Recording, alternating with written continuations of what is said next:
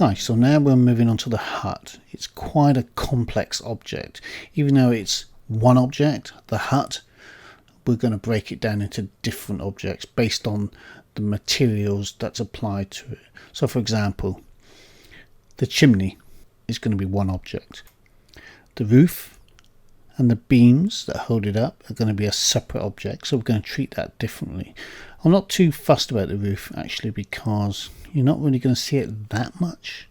So we're going to texture it and we're going to make it look nice, obviously, but we're going to layer it up with different objects, plants and all sorts, so it won't be just the texture that defines the roof. We'll have many more objects that we can sort of layer on top of it. And in this concept, you can see in the background of this presentation, there's not that many plants on it, and I'm planning to sort of like drape sort of ivy off it and plants and bits of stuff on the front and much bigger plants on the roof and different things. So it'll be a lot more than what you see there. So the next one will be door and door frame, so we'll separate that out as a separate object.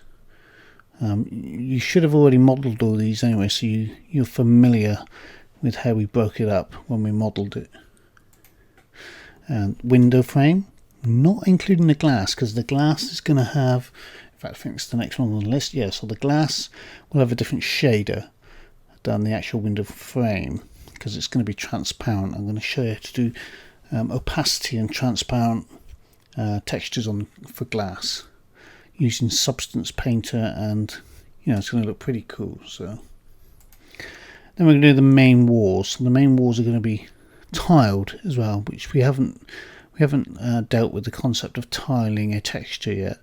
But these walls, especially the back and the side and the other side, is going to have a big tiled texture. And there's two ways we can do that. Well, there's actually three, but we're not going to look at a third one because it's a bit more advanced, using vertex colors and shading and stuff. So we're going to approach it differently. We've got two other options, and I'll go through that when we start doing it.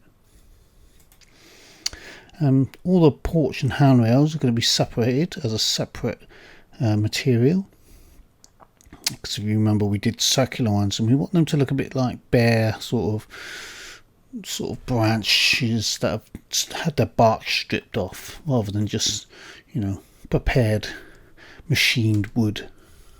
Then we got the porch floorboards. Remember, we did like a group of 4 or 5, and we're going to repeat them across. So we're going to separate them out and just treat them as one material by itself. And then we got the steps and all the bits that are attached to the steps. I think that's it. And we're not going to think about the interior. We are going to apply a material to it, but it's going to be so small and insignificant. It's just going to sit in a corner of one of the textures. Probably the wall one we use for the outside. It's got to have something on it, or it won't look right. So that's it for now. And let's jump into 3D Studio Max and start breaking up these objects and start applying some UVs. So I'll see you in there.